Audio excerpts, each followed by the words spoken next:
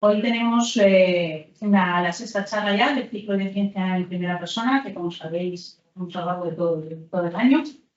Y en concreto, esta charla de hoy la ubicamos dentro de la conmemoración del Día Internacional de las Matemáticas. No sé si sabéis, está establecido por UNESCO el próximo 14 de marzo y va un poco dentro de este contexto. ¿Vale? Para la charla de hoy contamos con María Chaco Romero, que ella es doctora en matemáticas por la Universidad Complutense de Madrid. Premio extraordinario de doctorado del curso 2003-2004. Actualmente María es científica titular en el Instituto de Geociencias, es un centro mixto del CSIC y de la Universidad Complutense de Madrid. Entre el 2011 y el 2013 fue vicerrectora técnica de dicho instituto.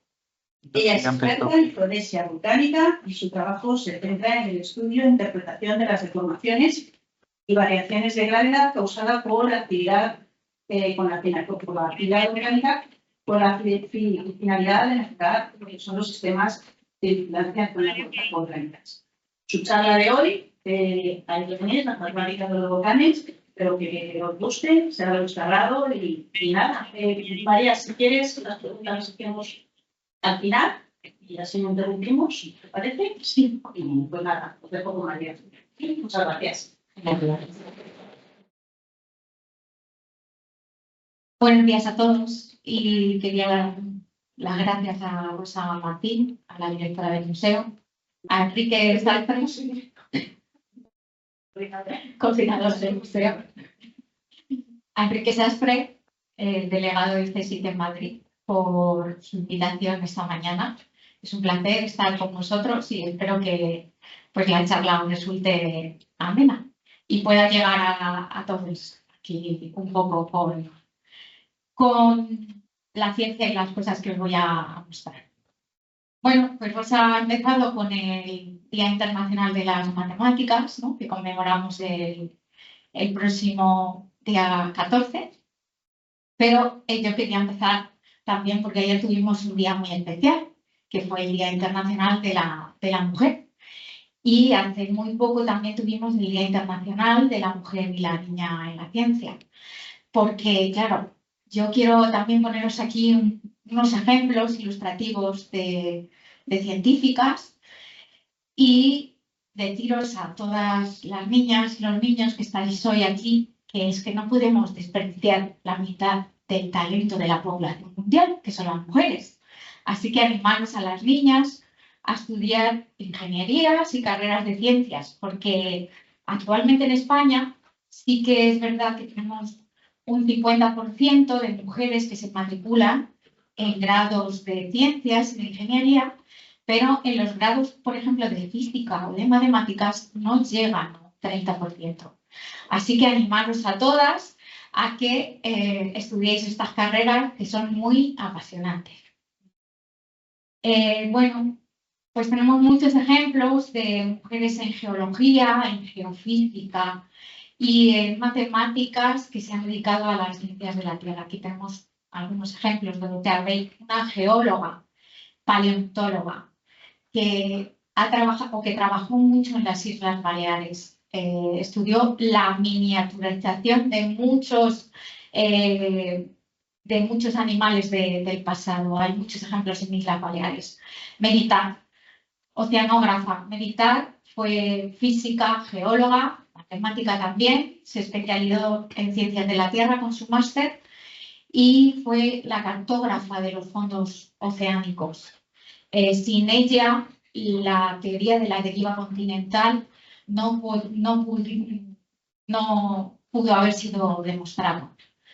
Y fue una mujer cuya visibilidad se destapó a raíz de la Segunda Guerra Mundial, ya que en aquel tiempo pues, los hombres fueron llamados a filas y entonces se dejó entrar a las mujeres en los laboratorios y en la actividad científica de los laboratorios. Inge Lehmann también aprovechó esas circunstancias y descubrió el núcleo interno de la Tierra, el núcleo sólido interno de la Tierra a través de las ondas sísmicas del terremoto que hubo en 1929 en Nueva Zelanda. O finalmente Miriam Mizakami una matemática que falleció recientemente en el año 2017 y que fue la primera mujer en obtener la medalla Fields en el año 2014, desde el año 1936 en que se instauró esa medalla, que es el reconocimiento similar al premio Nobel en el área de las matemáticas. Actualmente solo hay 2 mujeres que han conseguido la medalla Fields. Bueno, y después de esta Superwoman, pues yo voy a un poco mostraros mi trayectoria, mi granito de arena, ¿no? en la playa. Pues yo soy de un pueblo, de la Roda de Albacete, que igual algunos conocéis por aquí. Estudié en un colegio público, el colegio Tomás Nagro Tomás, que fue un filólogo muy ilustre de la villa, ¿no? Y tengo 2 hermanos, soy hija de maestro y de ama de casa. Me crié pues, en la calle, ¿no? Todos en aquella época pues salíamos mucho a la calle, a los parques y todo esto. Después pasé por el instituto allí en mi localidad y con una beca del sistema público pues, pude venir aquí a Madrid a estudiar matemáticas, que era mi gran pasión. Esta pasión pues, me la infundió un profesor de allí del instituto. En aquel entonces todavía teníamos los cursos de orientación universitaria COU y mi profesor de matemáticas, bueno, pues hizo que 13 de los 36 alumnos que estaban matriculados por aquel entonces estudiáramos matemáticas. Fue una profesora. Después hice el doctorado también en la Universidad Complutense de Madrid, me especialicé en el área de geodesia, que os voy a contar un poco en la charla, lo que es la geodesia. Y eso me permitió estudiar mi otra gran pasión, porque yo, cuando teníamos 11 años, pues desgraciadamente presencié en la tele las imágenes del Nevado del Ruiz y de la devastación que supuso esa erupción. Y me llamó mucho la atención la volcanología y cómo poder ayudar en esas circunstancias pues desde el punto de vista de las matemáticas, ¿no? Durante mi doctorado, pues he trabajado también en el Teide, ahí tenéis una foto, junto con una compañera. He estado en Taiwán, haciendo trabajos de interferometría radar, en Estados Unidos, haciendo una estancia predoctoral, y bueno, y soy mamá también, no soy una superwoman, soy mamá de una niña de 11 años, que es similar a la edad de los niños que hay por aquí que veo. Bueno, y llegados a este punto, pues vamos a un poco, de forma transversal, introducir las matemáticas en el área de la volcanología, que es la ciencia de la Tierra, ¿no? Que estudia los volcanes. Comenzamos un poco con qué es un volcán. Pues un volcán no es ni más ni menos que un orificio en la corteza terrestre por el que sale material que proviene principalmente del manto. Ese material, que está constituido por roca fundida y minerales, se llama magma y sale a través de la corteza mediante un conducto. Muchas veces la salida de ese material genera unas topografías muy acusadas, muy elevadas, muy abruptas, como es el caso del volcán del Teide, porque en un mismo punto se producen muchas erupciones y otras veces las topografías que se generan pues no son tan abruptas como ha podido ser la topografía que se ha generado del volcán de La Palma, ¿no? Que es una zona donde se producen erupciones monogenéticas, que se llaman. O sea, que el magma normalmente sale cada vez por un sitio distinto.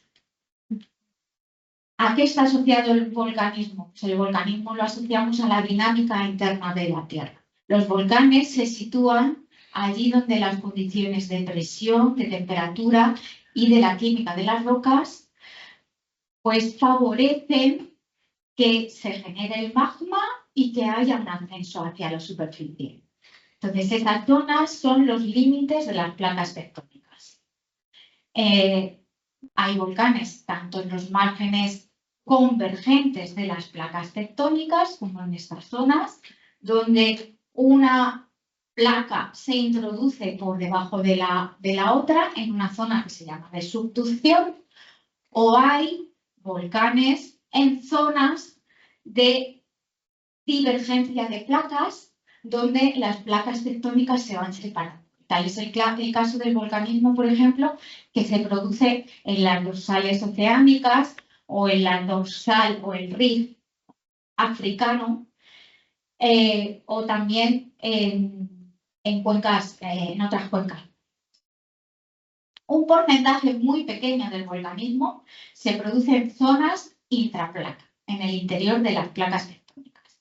Y es ahí donde se generan islas oceánicas como las islas de Hawái, en el Pacífico, o las Islas Canarias, en España. Son ejemplos de volcanes que se producen en el interior de una placa tectónica.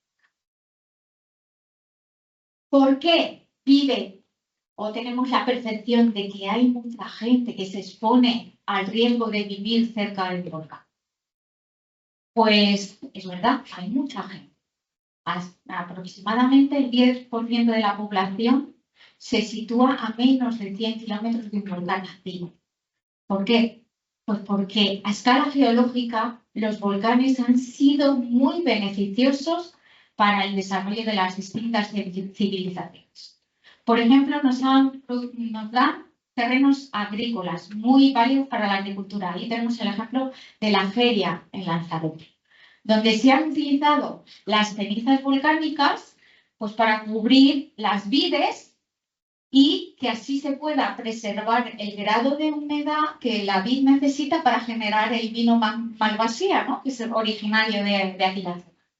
O también mirad, aquí veis esos muros que se construyen también con rocas volcánicas y que evitan que el viento, los vientos de aquella zona se lleven las vides. Por otro lado, también nos dan muchísimos recursos minerales, las zonas volcánicas. Ahí tenemos el ejemplo de las minas de Río Tinto, en Huelva, donde la faja pirítica ibérica es la mayor de toda Europa. Y ahora mismo, pues, es uno de los principales extractores de cobalto a nivel mundial. El cobalto lo utilizamos para los teléfonos móviles, por ejemplo. También son zonas en las que se puede aprovechar la energía geotérmica. El ejemplo característico es Islandia. Islandia se sitúa en medio de la dorsal oceánica, de la dorsal mesoatlántica, y ahí el flujo de calor, que es muy elevado, hace que los islandeses puedan disfrutar o de ser los principales consumidores a nivel mundial de energía geotérmica. Lo que hacen es calentar por medio de aguas geotermales y utilizar esas aguas geotermales para el sistema de calefacciones.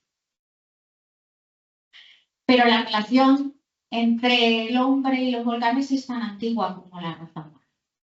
Mirad, los primeros homínidos, Lucy, el Australopithecus afarensis, se conoce que comenzaron a caminar erguidos gracias a los restos que dejaron de pisadas en cenizas volcánicas producidas por las distintas erupciones que se produjeron en la región de Etiopía y Tanzania como consecuencia del volcanismo producido en el Rift africano.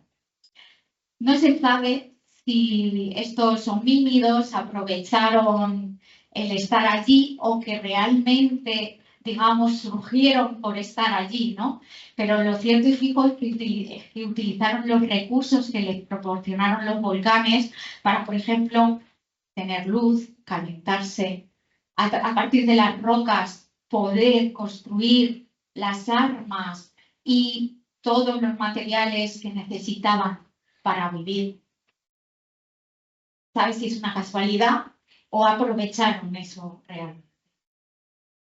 Pero claro, a escala humana tenemos que las erupciones volcánicas pueden resultar en grandes desastres. Este es el ejemplo que he puesto antes del Nevado del Ruiz y que causó unos 30.000 muertos. Una erupción muy pequeña, pero tuvo como característica que El Nevado del Ruiz es un volcán que tiene un glaciar en la cumbre, por eso se llama nevado a ese tipo de volcanes. Y como consecuencia de la erupción, ese glaciar se vertió, era un lahar, una avalancha de lodo que sepultó la ciudad de Armero y causó 30.000 muertos. Otro ejemplo muy significativo es el volcán Tambora en Indonesia, mucho más allá, en 1815. Este es un ejemplo de que ya no solo se produjeron muertos por la erupción en sí, sino que generó el año siguiente lo que se conoce, o el efecto de las cenizas que se emitieron y de los gases generó un efecto aerosol en la estratosfera y se produjo lo que se conoce el año siguiente, el año sin verano. 1816 fue lo que se conoce en Europa el año sin verano. Eso dio lugar a cielos muy característicos que aprovecharon algunos pintores como Turner. O por una época, ¿no? El romanticismo, la oscuridad. Mary Shelley escribió el Frankenstein en aquella época. Como consecuencia también de la bajada de temperatura, a nivel mundial bajó la temperatura a 1 grado de media, mucho a nivel mundial, pues se produjo un enfriamiento que causó que en Europa se perdieran la mayoría de las cosechas de cereal y eso incrementó la dureza de las guerras napoleónicas que estaban en auge en aquel momento en Europa. Y si ya comenzamos con las matemáticas, lo primero que se nos viene a la mente son los números. Entonces los volcanes pues nos dan cifras. Aquí tenemos algunas cifras significativas del volcán de La Palma. Por ejemplo, durante el volcán de La Palma se abrieron 6 cráteres. Se cubrió una zona de la isla con un volumen de aproximadamente 200 kilómetros cúbicos. Una zona de aproximadamente también 1.200 hectáreas. Se produjeron muchísimos terremotos, del orden de 8.652 terremotos. Ahí tenéis. Se tuvieron que suspender 29 vuelos como consecuencia de esa erupción. Se produjeron deformaciones del terreno, que ahora vamos a ver lo que es, de unos 33 centímetros y la máxima deformación vertical antes de la erupción fue de unos 15 centímetros. Siguiendo con las cifras, podemos hablar de lo que es el índice de explosividad volcánica. ¿Qué es el índice de explosividad volcánica? Pues el índice de explosividad volcánica es una medida de la magnitud de una erupción. Igual que medimos los terremotos con la escala de Richter, medimos la magnitud o el grado o nivel de explosividad de una erupción con el índice de explosividad volcánica. Este índice es una escala que va del 1 al 8. El 8 se considera una supererupción, como la erupción de Yellowstone, que tuvo lugar hace 6.400 años, ¿vale? Pero es una escala que es de tipo exponencial, es decir, que subir un grado en la escala significa que la erupción es 10 veces más virulenta que la que se produjo en el grado anterior. Subir 2 grados es 100 veces más virulenta, más explosiva, y así sucesivamente. La catalogación se hace a través de muchos de los peligros que puede llevar consigo una erupción volcánica.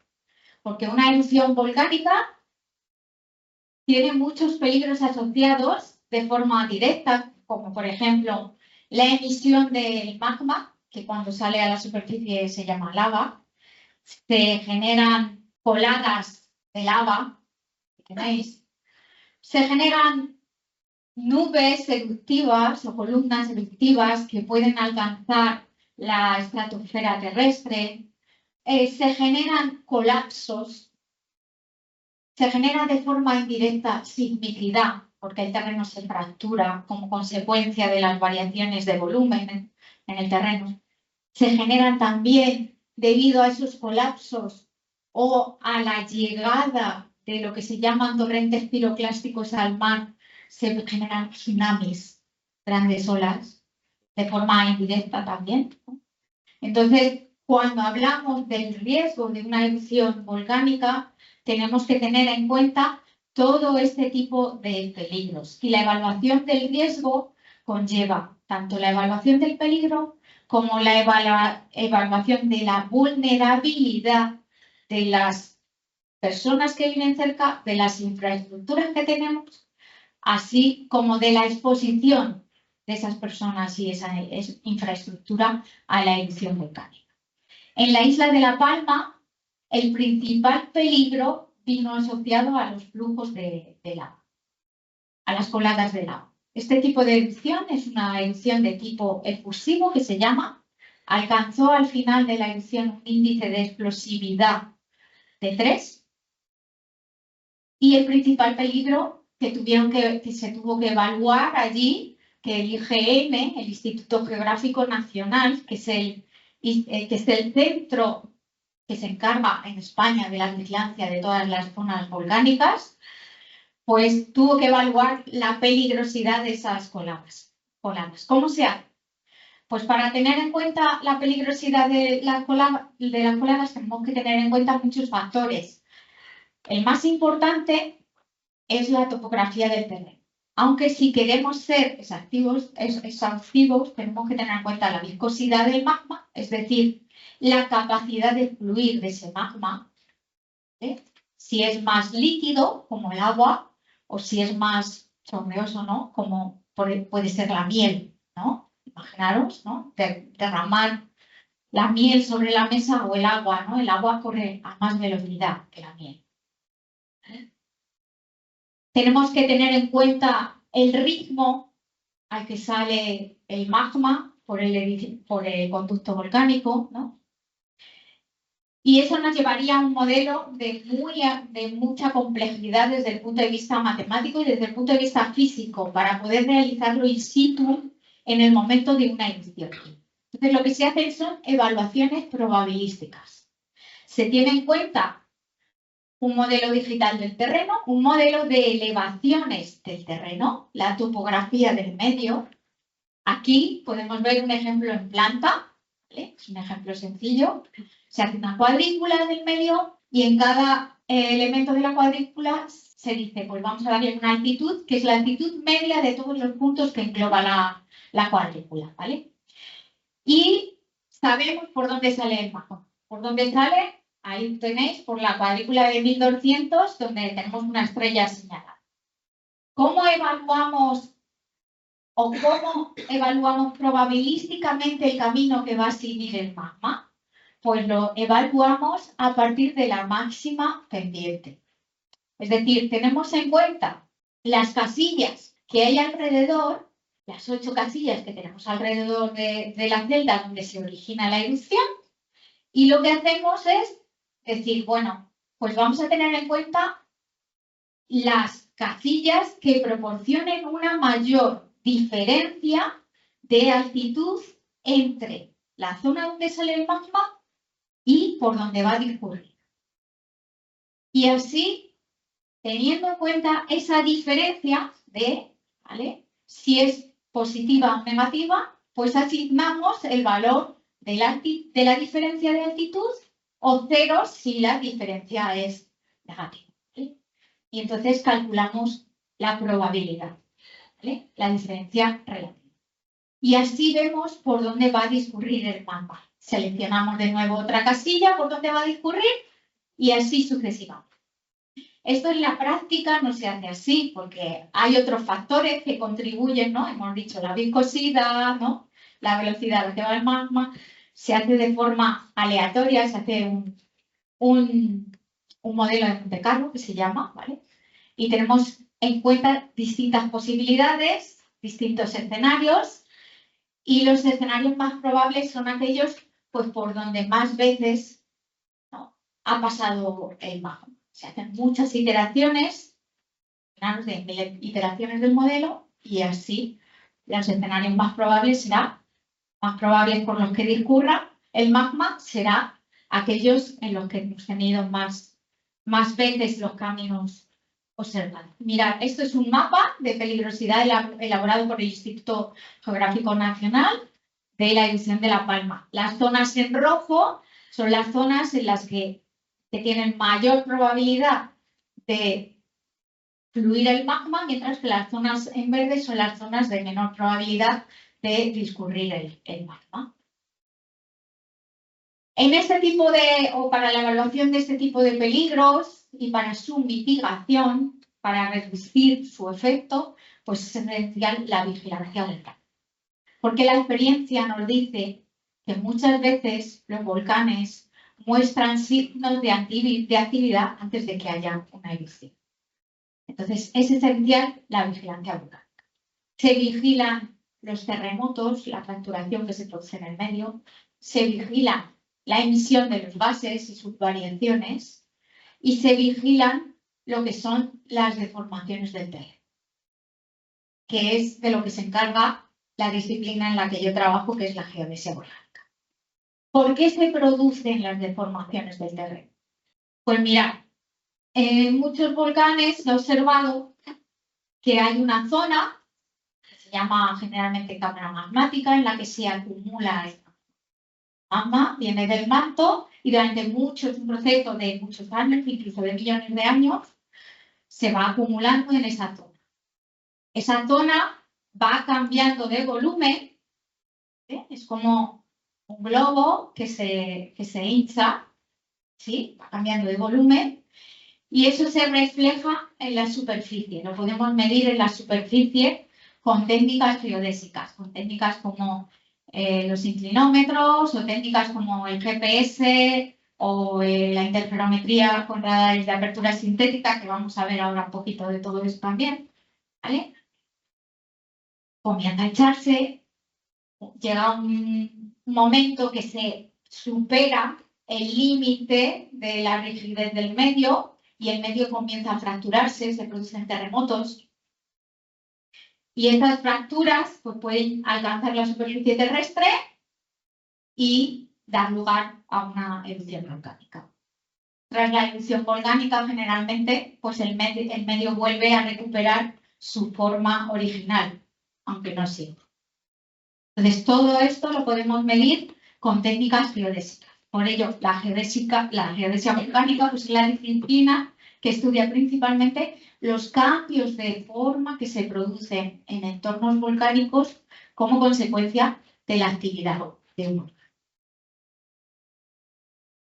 Mirad, os voy a poner un ejemplo que si luego pues, nos da tiempo vamos a hacer el experimento.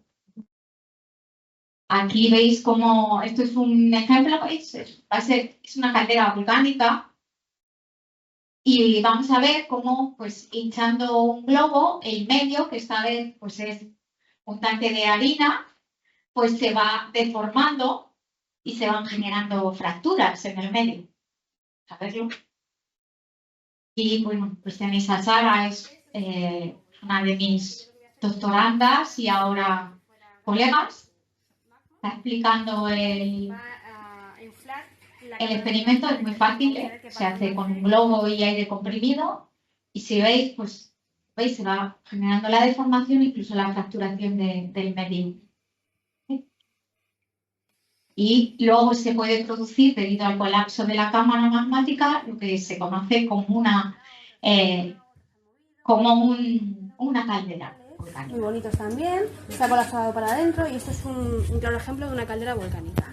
Simplemente es un balón, un globo, una pajita y así. Bueno, ¿cómo medimos estas deformaciones?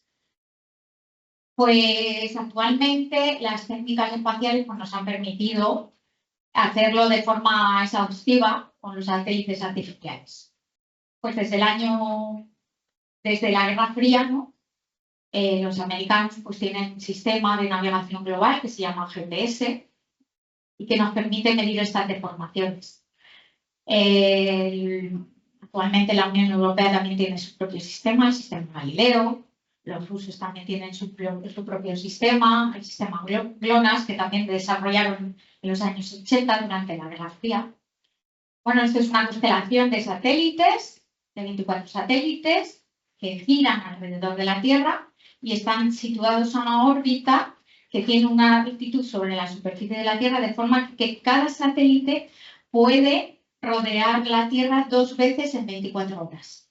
Y así se ofrece una cobertura a nivel mundial las 24 horas del día acerca de los cambios de posición que se producen en la Tierra. Bueno, el GPS todos conocemos, ¿no? Llevamos en nuestro móvil, ¿no? Pues el Google Maps, que es un sistema de navegación, ¿no? Que utiliza el sistema GPS para obtener nuestra posición en la superficie de la Tierra. ¿Cómo funciona el GPS? Pues en el GPS tenemos una serie de satélites que emiten una señal de radio y nosotros aquí en la Tierra, con unas antenas y receptores, pues recibimos esa señal de radio. ¿Cómo se determina la posición? Pues lo que hacemos es medir la distancia entre el satélite y el receptor. Para medir las distancias, lo que utilizamos es el tiempo de viaje de esa distancia, conocida la posición del satélite en lo que es la esfera celeste. ¿Sí? Entonces, medimos ese tiempo de viaje. Con ese tiempo de viaje, pues observando, se ve muy en el PDF, observando al menos 3 satélites, pero os lo voy a explicar ahora, al menos 3 satélites podemos determinar la posición de un punto de la superficie terrestre, al menos 3. La realidad es otra, no podemos utilizar solo 3 satélites, necesitamos al menos 4 satélites. ¿Por qué? Porque el tiempo de viaje no se mide de forma exacta.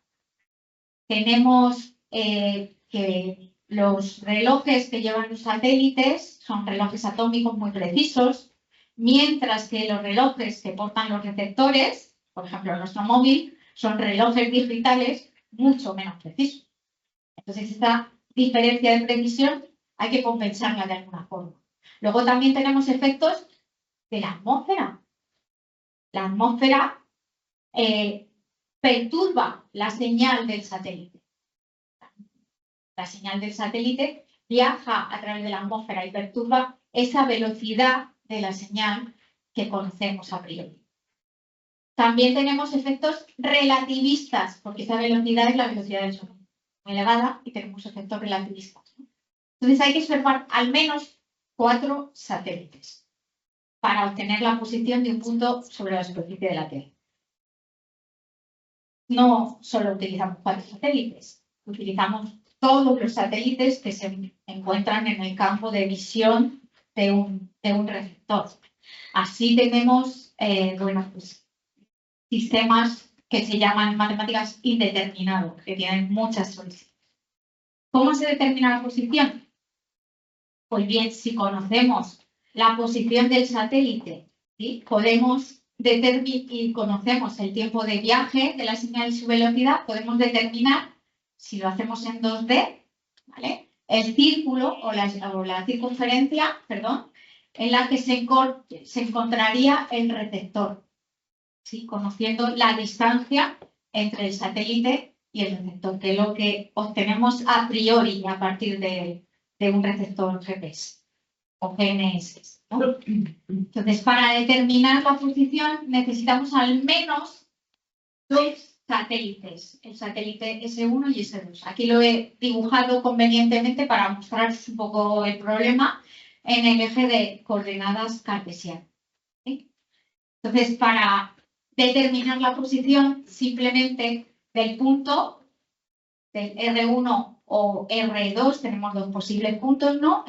Son las incógnitas, nuestras incógnitas son las coordenadas en ese sistema cartesiano de coordenadas, pues lo único que tenemos que hacer es aplicar el teorema de Pitágoras, en este caso. Aplicando el teorema de Pitágoras, obtendríamos esas coordenadas.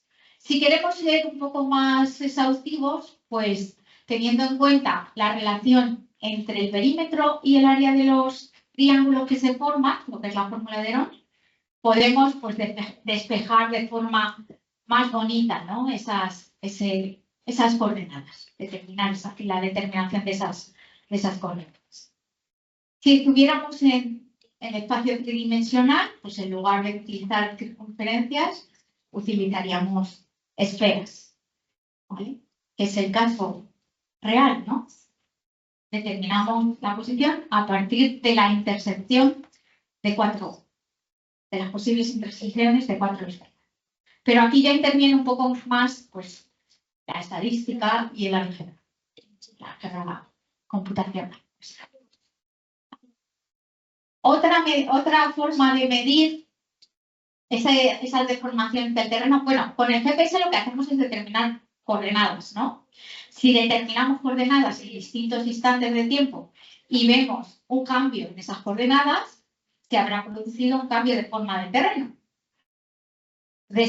Con el GPS determinamos esos cambios de forma, pero en un único punto, en el punto donde tenemos situado el receptor.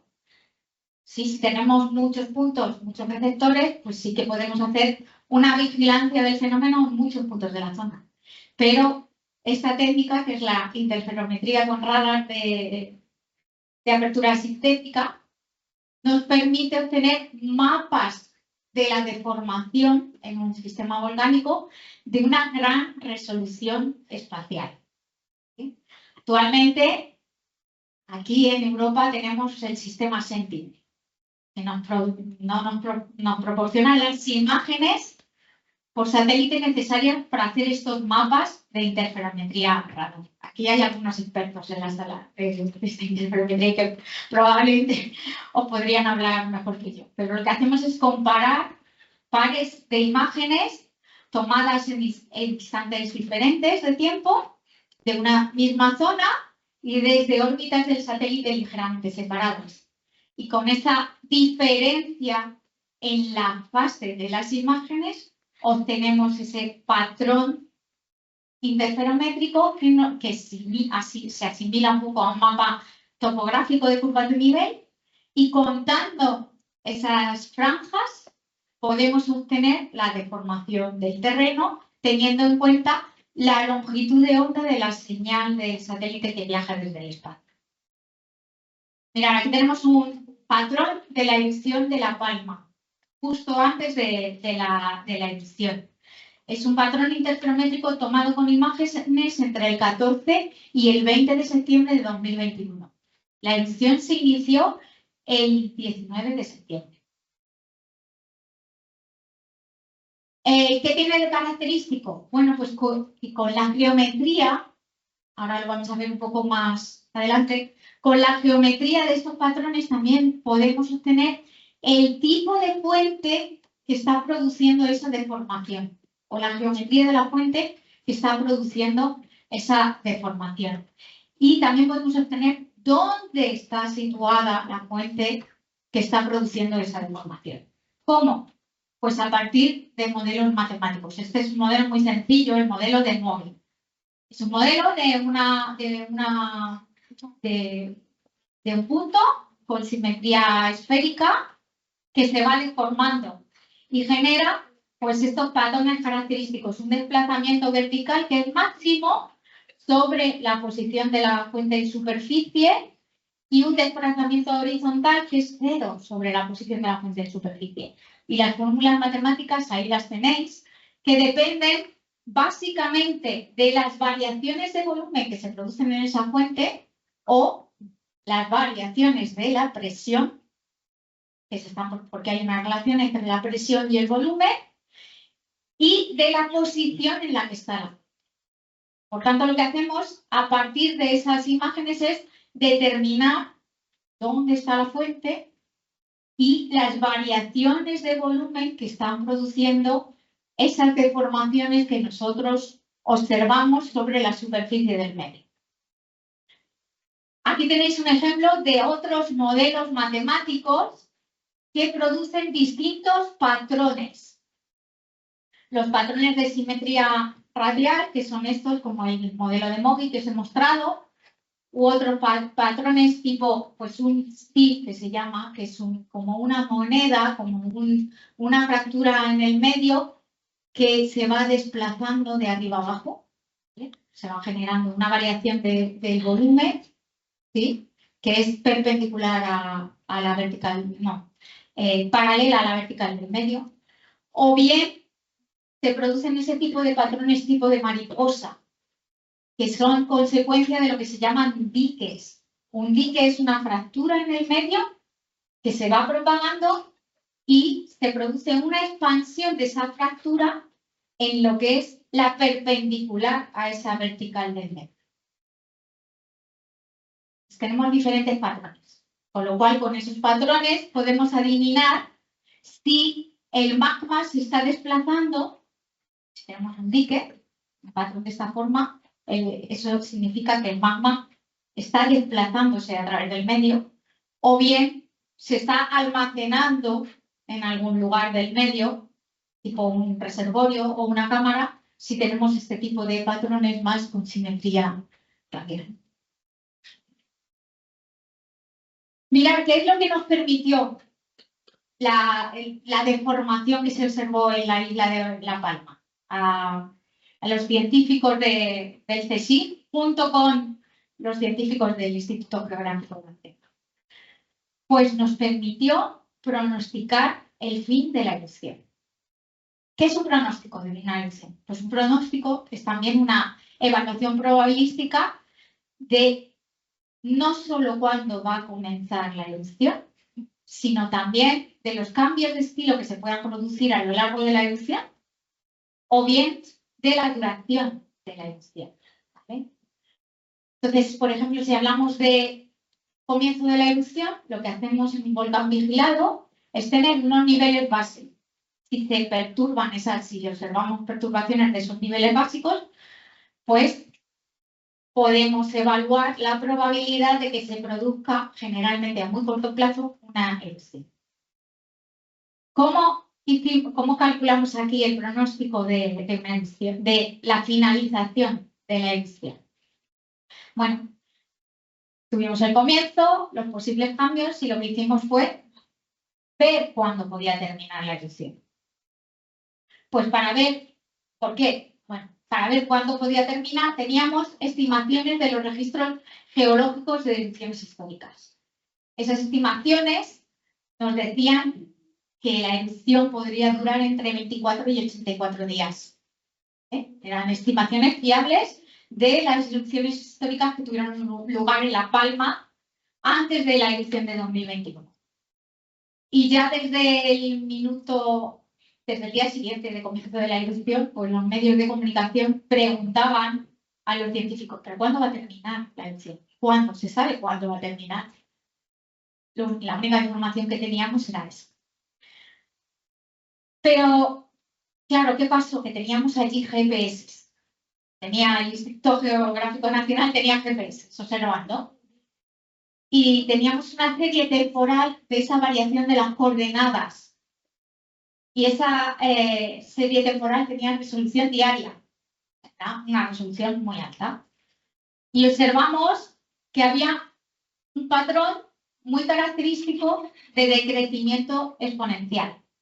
Si hiciéramos capaces de ver cómo era la ralentización de ese decrecimiento, pues podríamos determinar cuándo iba a finalizar la deformación. Pues eso fue lo que hicimos. Porque los datos nos indicaron, lo primero, que la fuente de la deformación del cambio de volumen coincidía muy bien con la fuente de sismicidad, es decir, que estaba localizado en una determinada zona todo, la fuente. Y por otro lado, empleamos ese modelo tan fácil, el modelo de MOGI, para determinar la posición exacta del electrón. Porque, bueno, pues las observaciones nos decían que ¿para qué utilizar un modelo más complejo si con ese tan sencillo obteníamos valores que coincidían con otros parámetros como la SIC? Entonces, la experiencia nos decía que en muchos volcanes de tipo basáltico se han observado esos patrones de decrecimiento exponencial en los flujos de lava, en la emisión de gases y en la deformación. Y aplicamos ese conocimiento en la erupción de La Palma. Y lo que hicimos es hacer una hipótesis, o dos hipótesis, mejor dicho. La primera hipótesis es que el medio era elástico. Es decir, la corteza terrestre es un medio elástico, pues sí, la corteza terrestre a nivel de días o meses se puede considerar medio elástico. El ejemplo más sencillo que tenemos es las mareas. Las mareas, no solo hay mareas oceánicas, sino que hay también mareas terrestres. La Tierra también se deforma como consecuencia de la atracción unisolar. Y entonces, a esas escalas de tiempo, la Tierra se comporta de forma elástica. Si suponemos que la Tierra es elástica, pues esa deformación que estábamos observando en superficie era directamente proporcional al cambio de volumen que se estaba produciendo en el interior del medio. Y por otro lado, haciendo una hipótesis de que no había recargas significativas de material que proveniese de otra forma, de otra zona distinta a la que se producían los terremotos, pues esa variación de volumen sería también directamente proporcional a los volúmenes de lava que se iban emitiendo diariamente.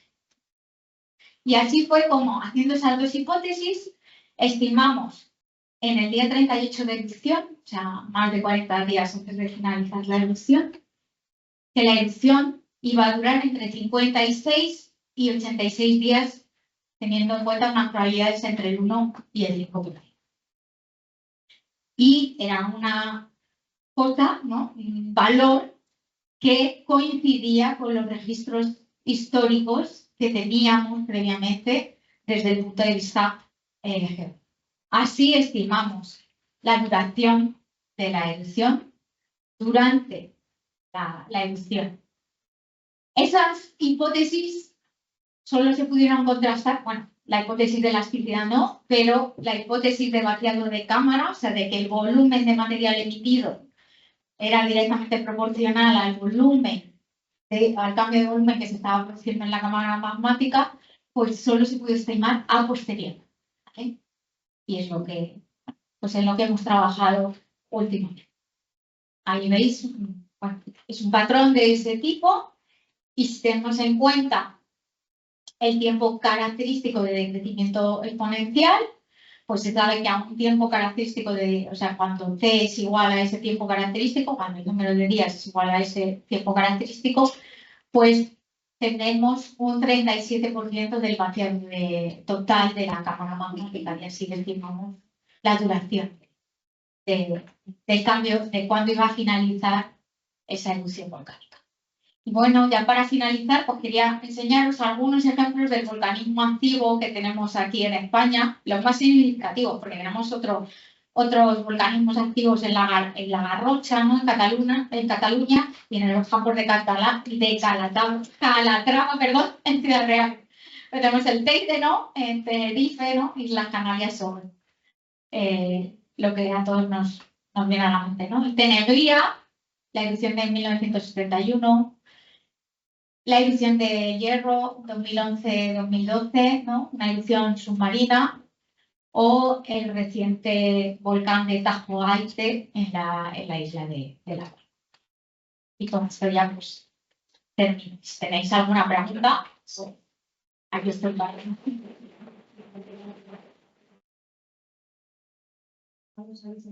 Pues es muy difícil, es que depende del tipo de volcán. Este volcán de La Palma es un volcán de conducto cerrado, que se llama, o sea que el conducto se origina como consecuencia de la erupción.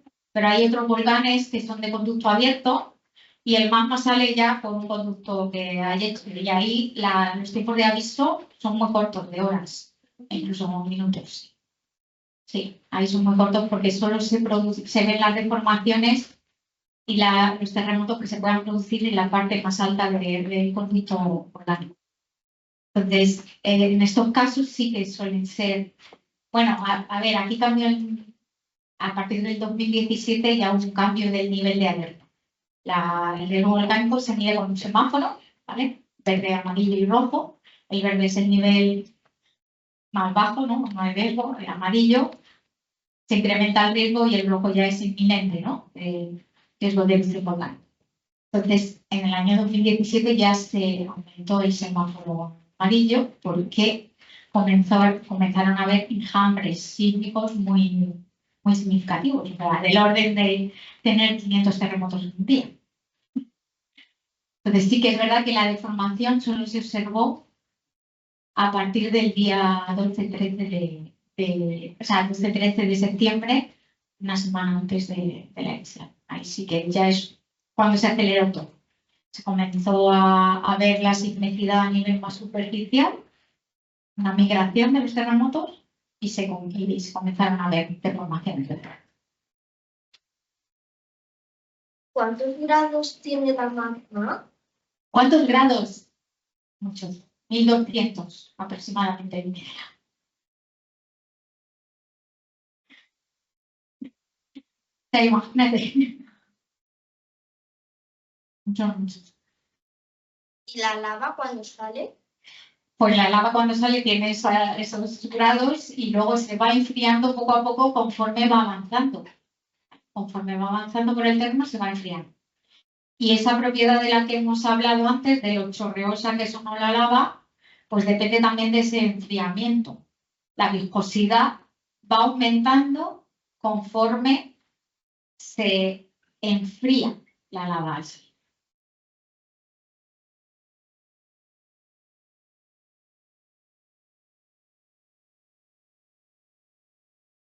El cálculo de la presión de la cámara magmática. Sí, bueno, lo que he mostrado, ¿no? Se hace a través de esos modelos de las deformaciones del terreno. Se calcula no la presión en sí, sino las variaciones de la presión que se están produciendo. Y las aplicaciones pues, son en ese sentido, en conocer, por ejemplo, los estados preeruptivos del volcán. O sea, se está produciendo una hinchazón del medio, se está hundiendo el medio, ¿qué significa cada cosa? Si se está hinchando, quizá es porque hay un aumento de material dentro, ¿no? Que puede dar lugar a una erupción volcánica. Nosotros lo que observamos fue todo lo contrario, se estaba deshinchando. Cómo se deshinchaba era ese decrecimiento exponencial que veíamos nosotros en la serie temporal de la deformación. Como cuando tienes un depósito de agua en una casa, imagínate, y un río también al lado. Tienes el depósito y vemos cómo se va vaciando, ¿no? Ese depósito. Lo vamos viendo in situ con esa deformación. ¿Vale? Y la erupción va a acabar cuando el depósito se acaba y, por ejemplo, el río que tenemos al lado no aporta nuevo agua al depósito.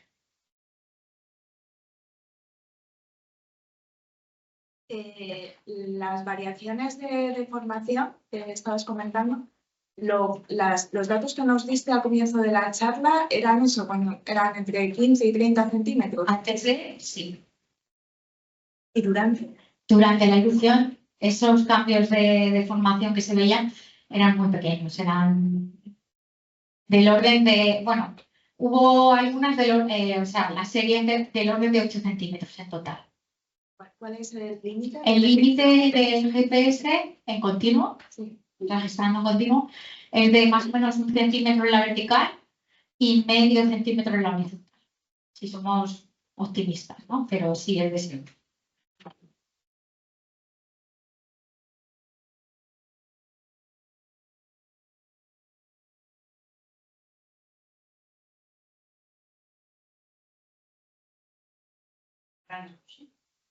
La volcanología.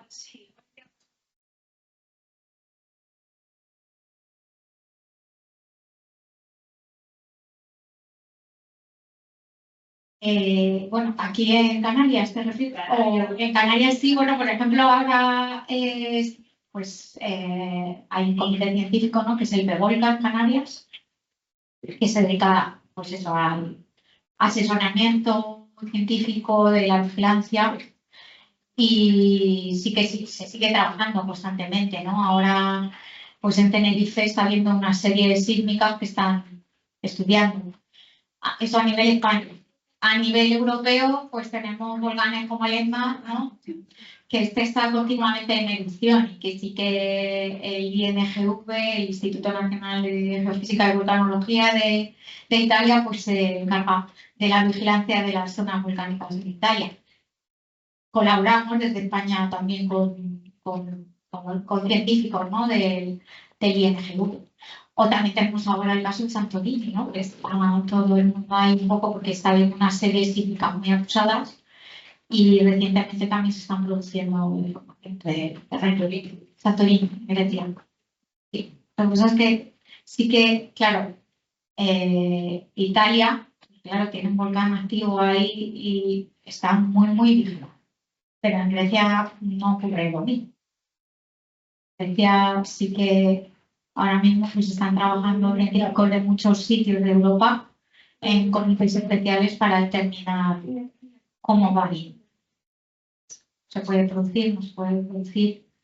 Principalmente los terremotos parecían de origen tectónico, porque también hay una falla que pasa por ahí, pero ahora parece que está cambiando un poco la cosa y están diciendo, no, puede ser de origen volcánico, porque hay una fuente de deformación compatible con un hinchazón del ¿Un volcán por aquí cerca?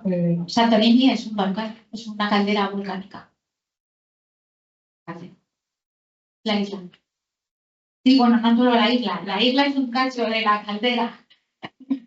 Un cacho, sí, o sea, se ha originado a partir de una erupción volcánica, originó una caldera que parte de ella está encerrada bajo el mar. Sí. Bueno, la erupción de Ungatonga, no sé si os acordáis, el mismo año que la erupción de, bueno, no el mismo año porque fue 2022, enero de 2022, la erupción de La Palma acabó en diciembre de 2021, pero Ungatonga también era una isla volcánica y la isla se partió en dos como consecuencia de la erupción. Y esa erupción pues tuvo un índice de explosividad muy elevado, de 5. Actualmente las mayores erupciones han tenido índices de explosividad de 5 y de 6 en el Pinatubo, la erupción de Pinatubo en el año 91, que lo que produjo fue un enfriamiento global del planeta también, tendría al año siguiente, por el efecto de los erupciones. ¿Queréis? ¿Sensores? GPS, pues yo no sé, pero aquí está Jorge, que trabaja en geodesia en el IGN, en el Instituto Geográfico Nacional, que son los que tienen allí pues todos los sensores, pero no sé, 15 más.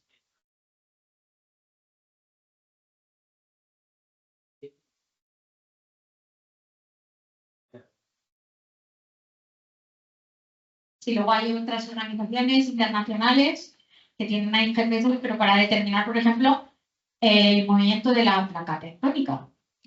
Allí registrando en continuo para determinar sistemas de referencia global del sistema Tierra que tengan en cuenta ese movimiento de la placa tectónica de las Islas Canarias. Muy bien. Muchas gracias, María, de verdad, por tu presencia hoy aquí. Muchas gracias a todos. Solamente recordaros que la próxima sesión que tenemos dentro del ciclo es el 6 de abril y se titula Los mitos sobre el cerebro y el ponente será Óscar Herrera también. Por otra parte, a los que os gustan las matemáticas, que creo que es a todo el mundo, tenemos en este contexto del Día Internacional de las Matemáticas, el próximo día 15 de marzo aquí en el museo, tenéis todavía la posibilidad de conseguir entradas en taquilla porque se están agotando. Os lo digo, vamos a traer a Fernando Blasco para hacer una actividad titulada Matemáticas, Arte y Creatividad con él. En el auditorio tenemos es un espacio mucho más grande en cuanto a la capacidad, pero las entradas se están agotando, así que vosotros corriendo a taquilla por ellas para reservarlas, ¿vale? Nada, muchas gracias a todos.